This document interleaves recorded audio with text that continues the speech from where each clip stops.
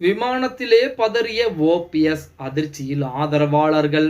நண்பர்களே, நம்ம போடக்கூடிய வீடியோக்கள் உங்களுக்கு பிடிச்சிருக்கு அப்படின்னா ஒரு லைக் பண்ணுங்க. நம்ம சேனலுக்கு வரக்கூடிய புதிய பார்வையாளராக இருந்தீங்க அப்படின்னா மறக்காம சப்ஸ்கிரைப் பண்ணிட்டு அப்புறம் வீடியோ பாருங்க.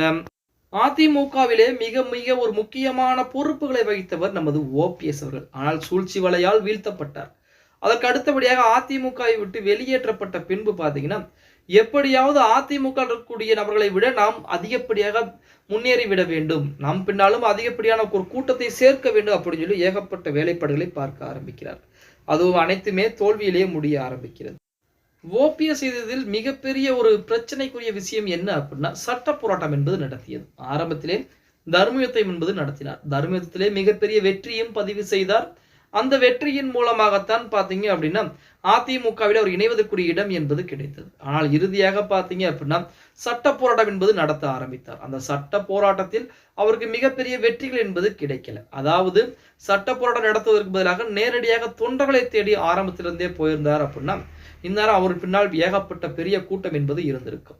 சரி, இந்த பிரச்சனை எல்லாமே ஒரு புறத்தில் இருந்தாலுமே விமானத்திலே பதறி இருக்கிறார் ஓபிஎஸ் அப்படின்னு சொல்லி ஒரு தகவல் என்பது வெளியாகி இருந்தது. என்ன காரணம், என்ன பிரச்சனை அப்படின்னு பார்த்தா, அதாவது ஓபிஎஸ் அவர்கள் நேற்று தினம் மதுரையிலிருந்து சென்னை கிளம்பி இருக்கிறார். அந்த சென்னை கிளம்பி சென்னையில இறங்கக்கூடிய அந்த சமயத்திலே பாத்தீங்கன்னா, சென்னையிலிருந்து ஏர்போர்ட்ல வெளியே வந்ததுக்கு அப்புறம் காரிலே அமர்ந்திருக்கிறார். அப்புறம் அவருடைய செல்போனை பார்த்திருக்கிறார். செல்போனை காணோம். அவரும் காருக்குள்ள எங்கேயும் விழுந்திருக்குமா அல்லது வரக்கூடிய வழியில் யாரும் திடீர்ப்பார்களா அப்படின்னு சொல்லி ஒரே பதற்றம். ஏன் அப்படின்னா அவருடைய personal cellphone, personal mobile phone அது. அந்த மொபைல்ல தான் அனைத்து விதமான கான்டாக்டுகளும் இருக்கிறது. அது மட்டும் இல்லாமல் முக்கியமான தலைவர்களுடைய ரகசியமான மொபைல் நம்பர்களும் அந்த மொபைல் போன்ல தான் இருக்குது. அப்படிங்கிறப்ப ஓபிஎஸ் அவர்களுக்கு மிகப்பெரிய ஒரு பதற்றம். அவருடைய உதவியாளரை சொல்லி தேடி பார்க்க சொல்லியிருக்கிறார். உதவியாளரும் பார்த்துட்டு கிடைக்கல அப்படின்னு சொல்லுமே, ஒருவேளை விமானத்திலே விழுந்திருக்குமா அப்படின்னு சொல்லி விமானத்தில் ஆய்வு செஞ்சு பார்க்குறாங்க. அவருடைய மொபைல் போன் என்பது விமானத்திலே இருக்கிறது. உடனே அங்கிருந்து விமானத்திலிருந்து காவல்துறை அதிகாரிகள் நேரடியாக ஓபிஎஸ்ஸிடம் கொடுக்க வந்திருக்காங்க. அந்த சமயத்தில் ஏர்போர்ட்டில் இருக்கக்கூடிய அதிகாரிகள், விமானத்தில் இருக்கக்கூடிய அதிகாரிகள் பார்த்தீங்கன்னா தடுத்திருக்காங்க. அதை நாங்கள் அனைத்து விதமான ஃபார்மாலிட்டியும் முடிச்சுட்டு அதுக்கப்புறம் தான் கொடுக்க முடியும், உங்க சௌகரியத்துக்கு கொடுக்க முடியாது அப்படின்னு சொல்லி ஓபிஎஸ் வீட்டுக்கு போக சொல்லிருக்காங்க. வீட்டுக்கு போய் அவர் போனதுக்கு அப்புறம் காவல்துறையின் மூலமாக அடுத்து 2 மணி நேரங்களில் அவரது மொபைல் போன் என்பது அவரிடம் ஒப்படைக்கப்பட்டிருப்பதாக செய்திகள் என்பது வெளியாகி கொண்டிருக்கிறது.